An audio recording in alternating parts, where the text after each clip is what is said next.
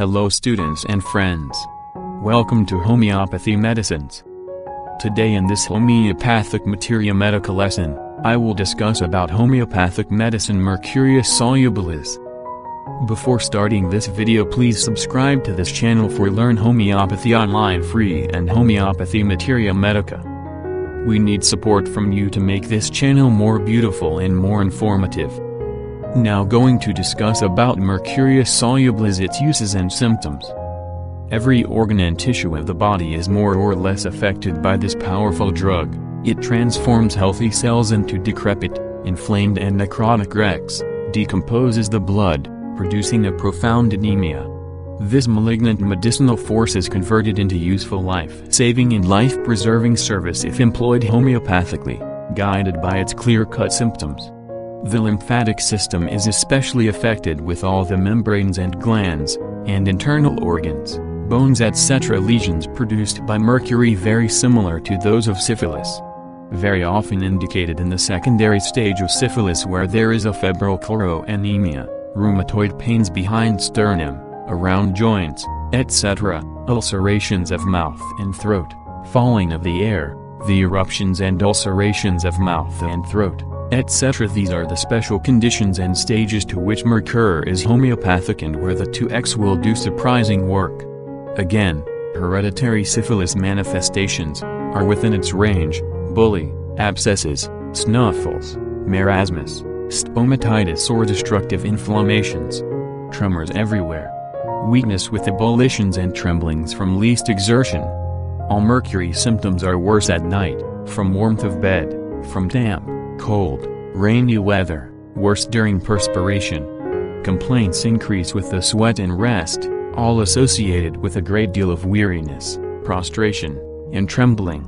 A human thermometer. Sensitive to heat and cold. Parts are much swollen, with raw, sore feeling. The profuse, oily perspiration does not relieve. Breath, excretions and body smell foul. Tendency to formation of pus, which is thin, greenish, putrid, streaked with thin blood. Mind, slow in answering questions. Memory weakened, and loss of willpower. Weary of life. Mistrustful. Thinks he is losing his reason. Head, vertigo, when lying on back. Bad feeling about head. One-sided, tearing pains. Tension about scalp, as if bandaged. Catarrhal headaches, much heat in head. Stinging, burning, fetid eruptions on scalp. Loss of hair. Exastosis, with feeling of soreness. Scalp tense, oily sweat on head. Eyes, lids red, thick, swollen. Profuse, burning, acrid discharge. Floating black spots. After exposure to glare of fire, foundryman. Pranchimitis keratitis of syphilitic origin with burning pain. Iritis, with hypopion. Ears, thick, yellow discharge. Fetid and bloody. Otolgia, worse warmth of bed, at night sticking pains. Boils in external canal, calc pick. Nose, much sneezing. Sneezing in sunshine. Nostrils raw, ulcerated, nasal bones swollen. Yellow-green, fetid, pus-like discharge. Coryza, acrid discharge, but too thick to run down the lip, worse, warm room. Pain and swelling of nasal bones, and caries, with greenish fetid ulceration. Nosebleed at night. Copious discharge of corroding mucus. Coryza, with sneezing, sore, raw, smarting sensation, worse, damp weather, profuse, fluent. Face, pale, earthy, dirty looking, puffy. Aching in facial bones, syphilitic pustules on face. Mouth, sweetish metallic taste. Salivary secretions greatly increased, bloody and viscid. Saliva fetid, coppery. Speech difficult on account of trembling tongue. Gums spongy, recede, bleed easily. Sore pain on touch and from chewing. Whole mouth moist. Crown of teeth decay. Teeth loose, feel tender and elongated. Furrow in upper surface of tongue lengthwise. Tongue heavy, thick, moist coating, yellow, flabby. Teeth intended, feels as if burned, with ulcers. Fetid odor from mouth, can smell it all over room. Alveolar abscess, worse at night. Great thirst, with moist mouth. Throat, bluish red swelling. Constant desire to swallow. Putrid sore throat, worse right side. Ulcers and inflammation appearing at every change in weather. Stitches into ear on swallowing, fluids return through nose. Quinsy, with difficult swallowing, after pus has formed. Sore, raw, smarting, burning throat. Complete loss of voice. Burning in throat, as from hot vapor ascending. Stomach, putrid eructations. Intense thirst for cold drinks. Weak digestion, with continuous hunger. Stomach sensitive to touch. Hiccup and regurgitation. Feels replete and constricted. Abdomen, stabbing pain, with chilliness. Boring pain in right groin. Flatulent distension, with pain. Liver enlarged, sore to touch, indurated. Jaundice. Bile secreted deficiently. Stool, greenish, bloody and slimy, worse at night, with pain and tenesmus. Never get done feeling. Discharge accompanied by chilliness, sick stomach, cutting colic, and tenesmus. Whitish-gray stools. Urine, frequent urging. Greenish discharge from urethra, burning in urethra on beginning to urinate.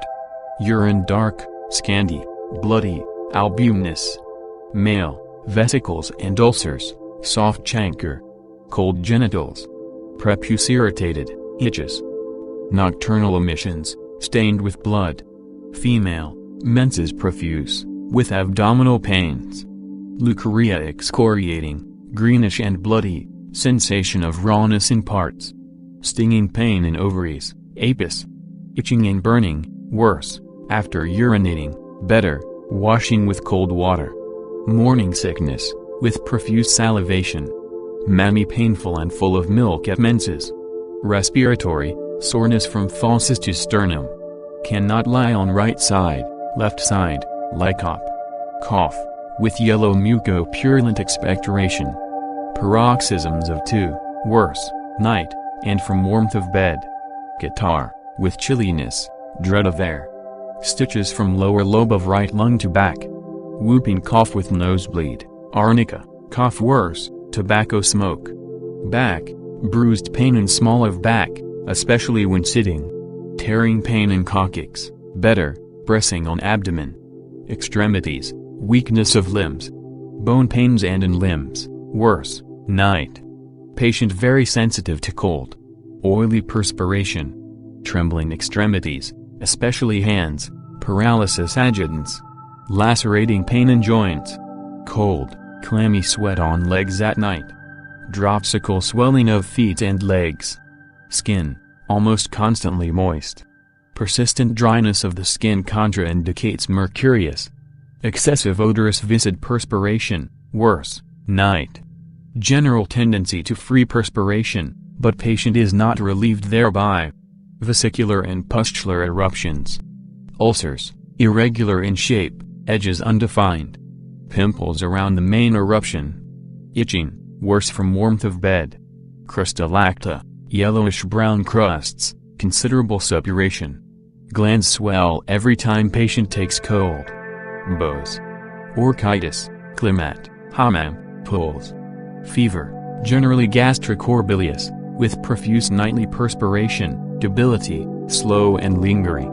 Heat and shuddering alternately. Yellow perspiration. Profuse perspiration without relief. Creeping chilliness, worse in the evening and into night. Alternate flashes of heat in single parts. Modalities, worse, at night, wet, damp weather, lying on right side, perspiring, warm room and warm bed. The pathogenesis of mercury is found in the provings of Merc. Viv. And Merc. Sol, two slightly different preparations, but not different enough to make any distinction in practice. Mercury is used in testing the temperature, and a Merc constitution is just as changeable and sensitive to heat and cold. The patient is worse from the extremes of temperature, worse from both heat and cold. Both the symptoms and the patient are worse in a warm atmosphere, worse in the open air, and worse in the cold.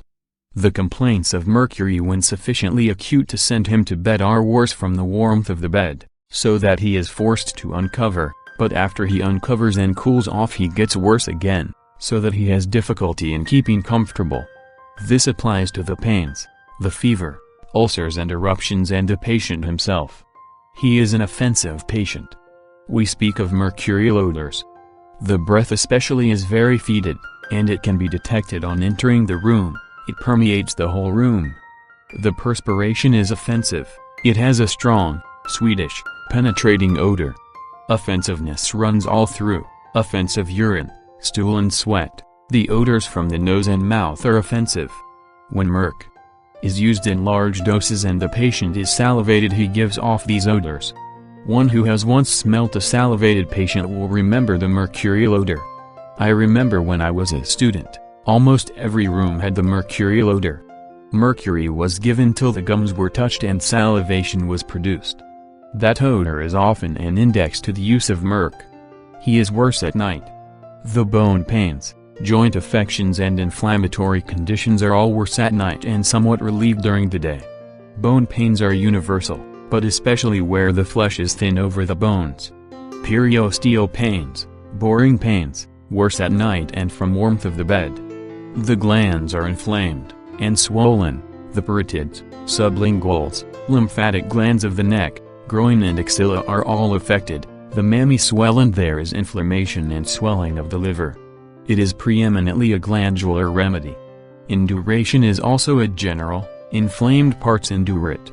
If the skin is inflamed it is hard. Inflamed glands are hard. There is induration with ulceration. A tendency to ulcerate runs through the remedy. Ulcers are found everywhere, in the throat, nose, mouth, and on the lower limbs. Ulcers sting and burn and have a lardaceous base, an ashy white appearance looking as if spread over with a coating of lard. It looks like a diphtheritic exudate, and Merc has diphtheritic exudations on inflamed surfaces. Ulcers in the throat have this appearance. The mucous membrane sometimes inflames without ulceration, but with exudation, and hence it is useful in diphtheria. It has the same condition in ulcers. When the system is run down they exude a grey lardy or ashy deposit. Chancres take on that form, a whitish cheesy deposit on the base. When you realize that the complaints of Merc are worse at night, and think of the bone pains, periosteal inflammations, etc., it is not surprising that Merc sometimes cures syphilis. It is wonderful that the allopath hit upon it for this disease, and he cures or suppresses enough cases by similarity to justify its continued use. When given suitably it cures. Another marked feature is the tendency to the formation of pus. With inflammation there is turning and stinging and the rapid formation of pus, and the part is aggravated by both warmth and cold. Abscesses burn and sting. Inflammation of joints is attended with pus formation, and inflammation of the pleura, the cavity fills up with pus. The discharges of pus are yellow-green. The Merc gonorrheal discharge is thick greenish-yellow, with stinging and burning in the urethra. Rheumatic inflammation of joints and catarrhal inflammation of mucous membrane are features running through the remedy, and these are attended with sweat, and an astonishing feature is that the sweat does not relieve, and there is even an aggravation while sweating. Rheumatism in old syphilitic, gonorrheal and gouty patients. It is similar enough to relate to some cases of sorrow, syphilis and psychosis. It partakes of the nature of all three miasms. After a prover has taken Merc a long time he emaciates. This is seen in old mercury takers and in syphilitics who have been mercurialized. It is a great remedy in this condition, steady emaciation with trembling, worse at night and from the warmth of the bed, great restlessness, can't find peace in any position. These miserable wretches, who are breaking down, are great sufferers, whether psoric, syphilitic or psychotic. A strange feature is repeated swelling and abscess formation without any heat. An abscess or swelling in a joint forms, and he sweats from head to foot, is worse at night, loses flesh, trembles and is weak, but there is no heat while the abscess goes on. Abscesses form when the life force is so low that there is no tendency to repair, a slow and prolonged pus formation. No irritability in the abscess, no tendency to granulate, It opens and keeps on discharging and seems dead. Merc will warm it up, stop the sweat and favor granulation. The superficial ulceration is inclined to spread and become phagedenic. It is not deep but grows larger. These open ulcers are especially seen in old syphilitics, lordaceous space, not much irritability, they are even numb, and if pus is discharged it is greenish-yellow, false granulations appear. Merc core is a greater remedy for the superficial, eating, phagedenic ulcer. At times merc takes on a gangrenous condition. This may be seen anywhere, but especially on the lips, cheeks and gums. Cancrimoris. Gangrenous chancre, fetid and black, as faceless forms in the chancre and the part sloughs off. All these conditions are aggravated by heat. A patient with a typical merc abscess rebels at times against the poultice, for it makes the trouble worse. Trembling runs through the remedy, quivering all over. It has been used with benefit in paralysis agitans. Tremor of the hands so that he cannot lift anything or eat or write. Merc is a great remedy in children with epileptiform fits, twitching and disorderly motions. It will help children to grow out of these incoordinate angular movements of the hands and feet. Jerking, twitching and trembling. The motions of the tongue are disorderly and the child cannot talk. Convulsions. Involuntary motions which can be momentarily controlled by volition. The restlessness is extreme. The trembling, weakness, sweat, factor, suppuration and ulceration, the aggravation at night and from heat and cold, give the earlier impressions of the remedy. The mental symptoms, which still more deeply show the nature of the medicine, are rich. A marked feature running all through is hastiness, a hurried, restless, anxious, impulsive disposition. Coming in spells, in cold cloudy weather, or damp weather, the mind will not work, it is slow and sluggish and he is forgetful. This is noticed in persons who are tending toward imbecility. He cannot answer questions right off, looks and thinks, and finally grasps it. Imbecility and softening of the brain are strong features. He becomes foolish. Delirium in acute complaints. From his feelings he thinks he must be losing his reason. Desire to kill persons contradicting her. Impulse to kill or commit suicide, sudden anger with impulse to do violence. She has the impulse to commit suicide or violent things, and she is fearful that she will lose her reason and carry the impulses out. Impulsive insanity, then, is a feature, but imbecility is more common than insanity. These impulses are leading features. The patient will not tell you about his impulses, but they relate to deep evils of the will. They fairly drive him to do something. Given a merc patient, and he has impulses that he tries to control, no matter what, merc will do something for him. During menses, great anxiety, great sadness, anxious and restless as if some evil impended, worse at night, with sweat. All these symptoms are common in old syphilitics, broken down after mercurial treatment and sulfur baths at the springs, with their bone pains, glandular troubles, sweating, catarrhs and ulcerations everywhere. Merc is suitable to rheumatic troubles of the scalp, and neuralgias and brain trouble when there are burning, stinging pains and pains affected by the weather, and when there are head troubles that have come on from suppressed discharges, such as suppressed ataria after scarlet fever, of when there are head troubles and scarlet fever. Think of merc. If you are called to a child with sweating of the head, dilated pupils, rolling of the head, and aggravation at night, who has had scarlet fever or a suppressed ear discharge. Merc cures lingering febrile conditions analogous to the typhoid state, but caused by suppressed ear discharge. I have cured cases that were due to packing the ear with borax, iodoform, etc., the patient having first a remittent and later a continued fever. This would go on for 5 or 6 weeks and be relieved only when the discharge returned after a dose of merc. I remember a case of this type. It was called cerebrospinal meningitis. The head was drawn back and twisted and held to one side. It began as an otitis media with discharge which was suppressed. 2 or 3 doctors were called and could do nothing.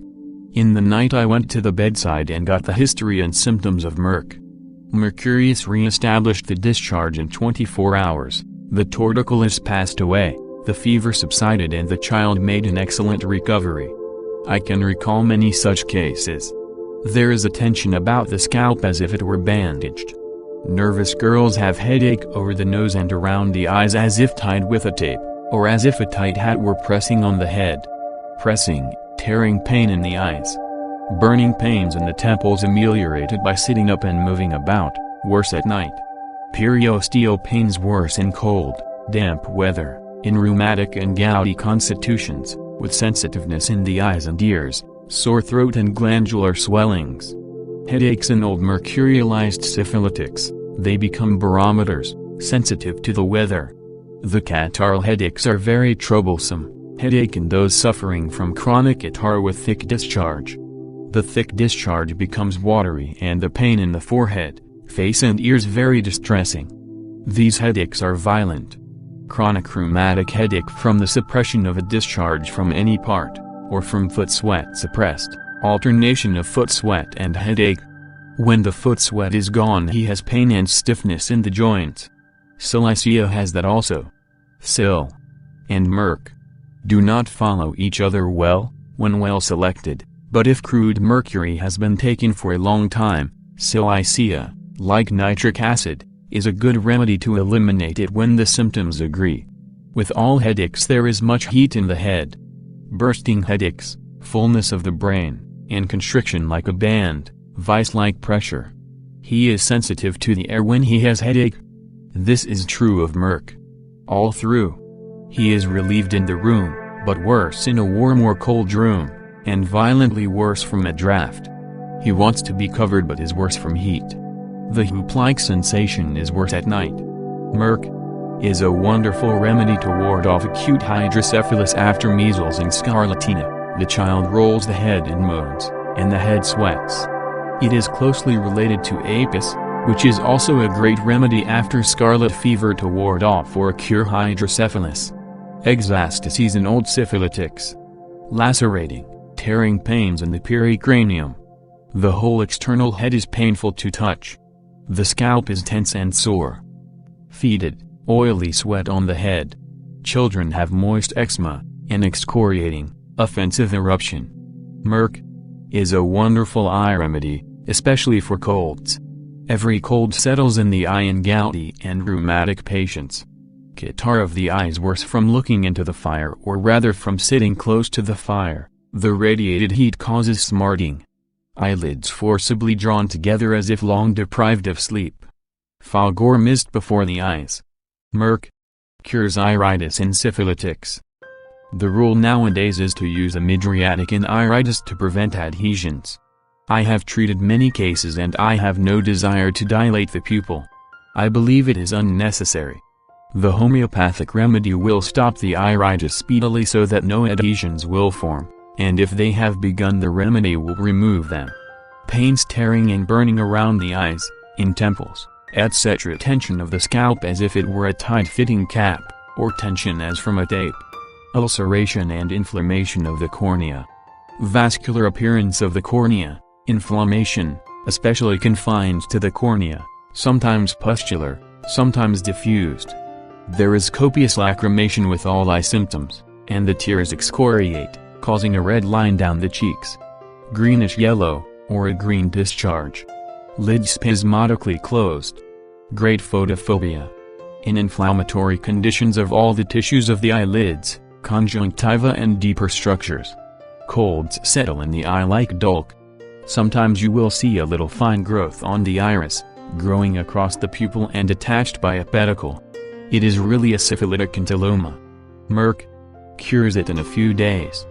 Inflammation of the retina and choroid and of the optic nerve. All sorts of disturbed vision. It is useful in purulent ophthalmia, with swollen lids. Two kinds of constitution need it, the syphilitic and the rheumatic or gouty. He cannot open the eyes, they are spasmodically closed, and there is great tumefaction. Ear troubles. Horribly stinking greenish discharge. Green, thick, acrid pus from the ears like the discharge from the nose and other parts. Stinky nataria. In otitis media with ruptured drum, Merc is a frequently required remedy. In spring after a long, cold winter, the cold, damp weather causes many cases of diarrhea. It is almost endemic in large cities. The eardrum heals like any other place if the patient is put in good condition by the remedy. If not well treated, a hole will be left. Ears inflamed, with cramp-like pains. Merc has stinging pain like apis. Orthodoxists will give apis for stinging pains, and yet it often is merc that the patient needs. Purulent, offensive diarrhea. Enlargement of the parotid and cervical glands with all inflammations of the ears. Parotid sore and enlarged, neck stiff, and head sometimes drawn back. Furuncles and external canal. Fungus excrescences and polypi. The nose troubles would take a long time to describe. Old syphilitics, with nasal bones affected, thick, greenish, yellow, acrid, stinking discharge. Nosebleed and bloody discharge from the nose. Coryza acrid, watery, with pressure through the bones of the face, worse from heat or cold, worse at night, sensitive to every draft, must get up and walk the floor. It has coryza with much sneezing with an opposite state, ameliorated lying, not at all during the night while lying in bed, only in the daytime while up and about. The inhalation of hot air feels good to the nose, but the heat aggravates the body. Incessant sneezing. Bleeding, scurfy, red nostrils. Old catarrhal smell in the nose. Rawness, burning and swelling. Inside of the nostrils smarting and burning. Aching, tearing and pressure in the bones. Bones of the face painful, feel as if pressed outward, and he wants to press, but it is painful. Merc is not deep enough to cure the whole constitution in seric cases that are constantly taking cold. It cures the cold at once, but implants its own nature and the patient catches cold oftener. It should not be given often, not oftener than twice in a winter. Kali-ide is better for the same burning in the face, running coryza, and aggravation from heat and warmth of the bed, and it will cure the coryza in a night when apparently merc is indicated. It is also an antidote to merc. Don't give many doses of merc. In seric cases, look for a deeper medicine. It has syphilitic eruptions and neuralgias of the face with or without catarrh. It is a great medicine for mumps. It is a routine remedy for this condition, which shows that it must be frequently indicated. It cures where the symptoms agree. Scorbutic gums in those who have been salivated. Riggs disease, purulent discharge from around the teeth. Toothache, every toothaches, especially in old gouty and mercurialized patients.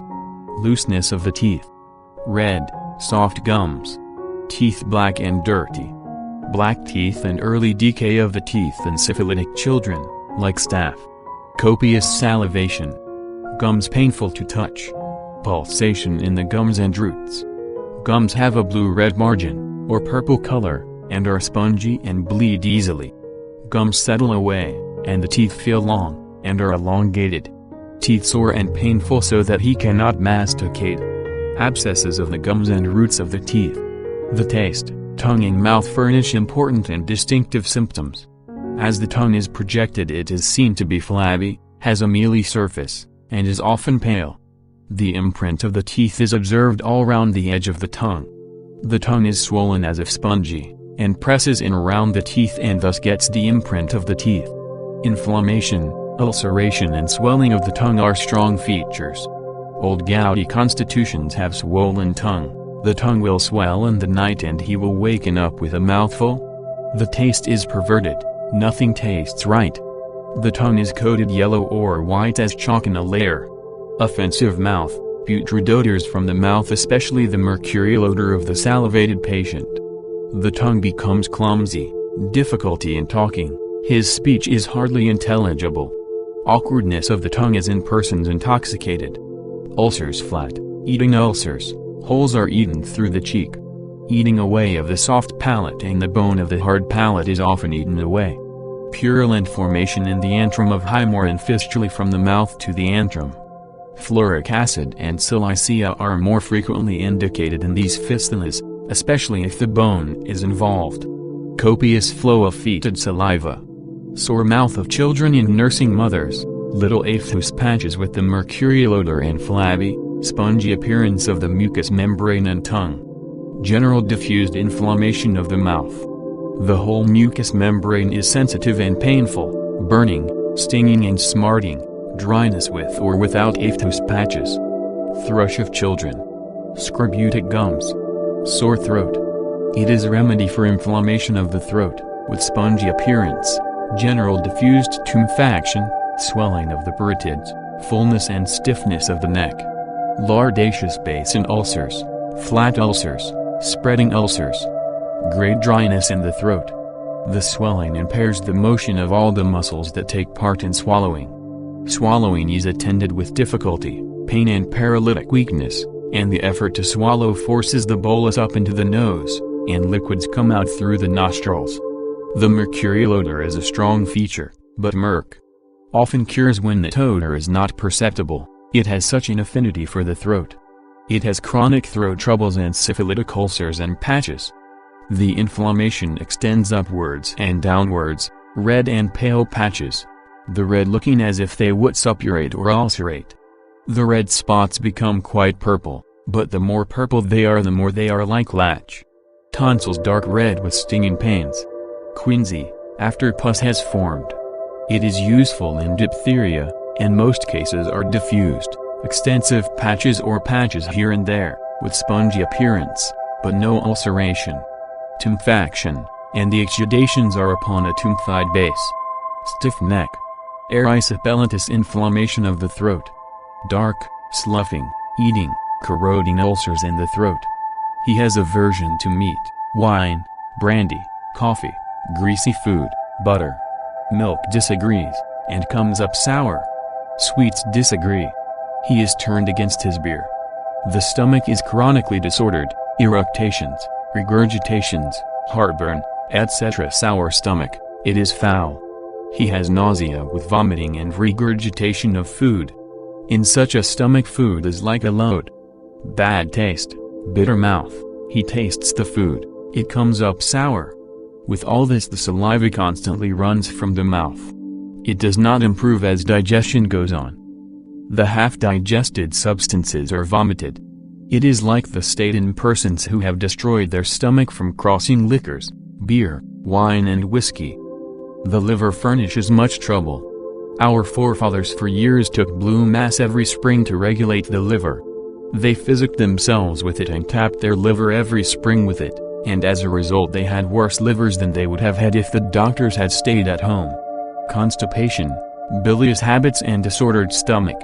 The fullness in the region of the stomach, coming in spells, worse in cold, damp weather and warm, damp weather, worse in the spring, jaundiced condition, disordered stomach, the aggravation at night and from the warmth of the bed, nightly feverishness and foul mouth, will give you the Merc state. Stitches in the liver. Liver symptoms worse lying on the right side. Many complaints of Merc are aggravated by lying on the right side. The lung symptoms and cough, liver, stomach and bowel symptoms are all worse while lying on the right side. In the abdomen we find colic, rumbling, distension, aches and pains, stinging and burning. It has a great variety of stools, of diarrhea and constipation. It has a well-defined dysenteric condition. Slimy, bloody stools with much straining. He feels as if he could never finish, even when no more is passing, a never-get-done feeling. This is the very opposite of nux and rus and dysentery. These are relieved if a little stool is passed, but Merc and sulph will sit and strain, and all the salts of Merc have the same state. Merc core has a more violent attack, with violent urging to stool and to urinate, and intense suffering, with burning in the parts and the passage of pure blood. Merc, IPAC, and acne are frequently indicated in epidemic dysentery that comes in hot weather, and IPAC, dulk, and Merc are frequently indicated in the dysentery of cold weather. You should go to the bedside of a case of dysentery with the repertory or go home and send medicine. Your first prescription should cure an epidemic dysentery, and if you work cautiously you will cure every case. It is a very simple condition to cure, but a very bad thing to get mixed up. Do not give arsenic just because it conforms to the dysenteric condition, for if it does not cure it will mix up the case. Hesitate about giving ARS in dysentery until you are perfectly sure it is indicated. A few days ago I saw a patient who could not lie down because of pain and both hypochondria. He had incessant vomiting, inflammatory rheumatism of the ankles, hands, arms and shoulders. He had purpuric spots on the arms and legs. He had inflammation of the stomach, and was a perfect museum of diseases. He had headphones and ARS, and many remedies very high, all supposed to be well selected, but cadmium sulf put him to sleep in 15 minutes. The point was that he wanted to keep perfectly still, and hence it was unlike ARS, although all the other symptoms were like ARS. That is a strong feature of cadmium sulf. He wants to keep as still as Colch and BRY. For many years I have used it for such cases. I saw another case of cancer with coffee ground vomit, and cadmium sulf stopped her vomiting, and she ate quite well until she died 6 weeks later. The doctor in charge had given her ARS, and FOS, and morphine till she could take no more. The urine burns and smarts. Frequent urging to urinate, dribbling a little, bloody urine, great burning. Hemorrhage from the urethra. Itching worse from the presence of urine. Gonorrhea which has existed for some time, discharge thick, greenish yellow, and offensive. Smarting and burning in the urethra when urinating. Loss of sexual power. Lascivious excitement with painful erections. Ulcers on the prepuce and glands, making it suitable in chancre and chancroid. Flat ulcers. Ulcers with lardaceous base. Inflammation of the inner surface of the prepuce. Balanitis, offensive pus. In chronic balanitis when pus forms behind the glands and under the foreskin, gonorrheal or psoric, consult Jacaranda Caroba. The woman has much tribulation. Burning, stinging in ovaries. Screaming from pain. Stinging, tearing, cutting pains in the ovaries, patient covered with sweat. Copious, excoriating leukorrhea, parts raw, sore, inflamed and itching. Stinging, itching and boring pains in the uterus. Pains in the uterus and ovaries at the menstrual period. Milk in the breast of the non-pregnant woman at the menstrual period. Milk in the breasts instead of the menstrual flow. I once had a freak in a 16-year-old boy, who had milk in his breasts. I cured him with Merc. Menstrual flow light red, pale, acrid, clotted, and profuse or scanty. The menses are sometimes suppressed. Women who have been in the habit of taking mercury for biliousness remain sterile. Coffee drinkers often remain sterile also, and you must stop their coffee. Amenorrhea with ebullitions. Chancres on the female genitals. Aged women have denuded genitals, rawness, soreness and false granulations, which are always bleeding. Burning, throbbing and itching in the vagina. Itching of the genitals from the contact of the urine, it must be washed off. In children, boys or girls, the urine burns after urinating and they are always carrying the hands to the genitals. Little girls have acrid leukorrhea causing burning and itching and much trouble. Phlegmonous inflammation of the genitals. Boils and abscesses at the menstrual period, little elongated abscesses along the margin of the mucous membrane and skin, painful, aggravated by walking, forming during the flow and breaking after the period. This, with itching, causes great suffering. Morning sickness. A woman, while pregnant, has edematous swelling of the genitals. Diffused inflammation, soreness and fullness of the genitals and pelvis, causing difficulty in walking, and she must take to bed. In pelvic cellulitis in the early months of pregnancy, Merc is an important remedy. Repeated miscarriages from sheer weakness, Merc is a wonderful strengthener when properly used. Prolonged lochia. Milk scanty and spoiled. Merc is one of the best palliatives in cancer of the uterus and mammy. It will restrain and sometimes cure epithelioma. I knew one case cured by the protoiodide, an ulcerated, indurated lump in the breast, as large as a goose egg, with knots in the axilla, blueness of the part, and no hope. The 100th attenuation, given as often as the pains were very severe, took it away and she remained well. The effect observed on the nose is not all of the Mercuria. Most Merc cases begin in the nose and travel down the throat, creating rawness and scraping of the larynx, and rawness and soreness in the chest, laryngitis, rhinitis and bronchitis. Loss of voice, complete aphonia. The course of the cold is downwards, even going on to pneumonia, with sweat, restlessness and aggravation from the warmth of the bed. Of course many of the colds remain in the nose. There are various conditions in the chest. Coughs, colds that remain in the chest, lack of reaction and tardy recovery. The colds finally settle in the bronchial tubes, the chest feels as if it would burst and the cough is worse lying on the right side. I look back over many cases of patients who took cold from exposure and now look sickly and sallow, with a dreadful cough and rattling on the chest. Every change of the weather gives them a new cold, and they cannot lie on the right side. Their tendency is to go into mucophthisis or quick consumption. The cough is worse in the night air. There are many pains in the chest. He has a rheumatic constitution, is always sweating, worse while sweating and from the extremes of heat and cold. Stitching, stabbing, rheumatic pains in the chest with night sweats. Bloody, thick green expectoration. Suppuration of the lung, great quantities of pus form. Tremendous orgasms, bubbling and flushes of heat in the chest. With many complaints there is sore throat and rheumatism and stiffness of the neck, stiff neck with swollen glands and goiter. Stiff neck with every cold, stiffness of the side and back of the neck. Induration and soreness of the cervical glands along with other complaints. Especially affects the joints. Inflammatory rheumatism with much swelling, aggravated from the heat of the bed and from uncovering. It is difficult to get just the right weight of clothing. Rheumatic affection with sweat, aggravation at night, from the warmth of the bed and while sweating, with sickly countenance. It especially attacks the upper limbs, but is also found in the lower. Tremulous condition of the extremities, like paralysis agitans. Trembling of the hands with great weakness. Paralysis of the lower limbs, and twitching, jerking and quivering of the paralyzed parts, phos, stram, sekal and half twitching of the muscles of the paralyzed limb. Soreness between the thighs and genitals. Ulcers on the legs, abscesses. Edematous swelling of the feet. Cold perspiration. Copious sweat during sleep. Pain and sweat come on when comfortable in bed. Bone pains.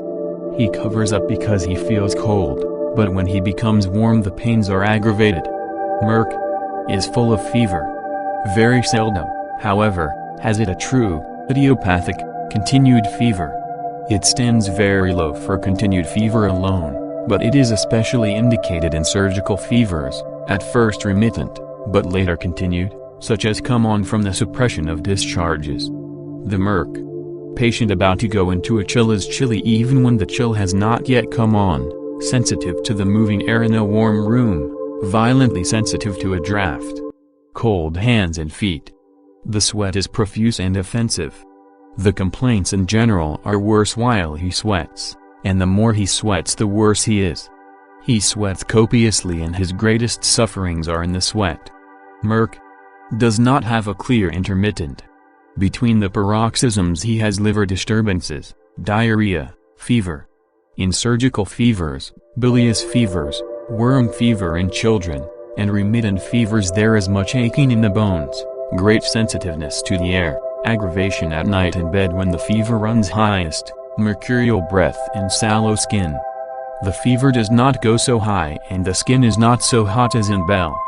The loaded tongue and the bilious fevers fade out after It is useful in hectic fever in the last stages of consumption, and in exhausting diseases with hectics, and in cancer when there is the aching, foul sweat, etc. It acts wonderfully in catarrhal fever, grip, etc., and when colds extend to the chest and there are the copious discharges everywhere. It is suitable in quasi-typhoids that have come out of remittents, symptomatic typhoids, when the patient is icteric, low, prostrated, tremulous, with quivering muscles, great exhaustion and continued fever. There are many skin symptoms, scurfy eruptions, Vesicular eruptions, eruptions discharging pus. Vesicles burn and smart, with excoriating discharges, especially on the head. Much itching of the skin, violent, in all parts of the body, as from fleas, especially when warm in bed at night. Copper-colored eruptions as in syphilis, and mucus patches. The scurfy eruptions are especially marked. Ulcers on parts where the skin and flesh are thin over the bones. Offensive forms of eczema. Most eruptions are moist with copious oozing. It cures shingles. The skin is sallow, excoriating wherever two parts come together. Rawness between the thighs and between the scrotum and thighs. Eruptions in such places. It has fissures at commissures, at the corners of the mouth and eyes, rawness and bleeding of the perineum rendering walking difficult. This furnishes a basis for the salts of mercury.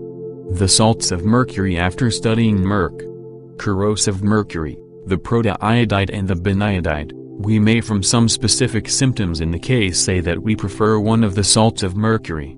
When we go to rheumatic and gouty cases with the aggravation from sweat, aggravation from the warmth of the bed, the mercurial odor, etc., we can commonly say that one of the mercuries will cure this case. Thanks for watching this video. If you want more videos like Mercurius solubilis, please subscribe to this channel and press the bell icon. To learn homeopathy course online free with Homeopathy Materia Medica. Comment us your feedback and what you want in the next video. Like and share this video with your friends and family. For paid and free consultancy online, visit homeopathymedicines.com and mashclinic.com. Thank you. Have a nice day. Stay healthy, stay happy.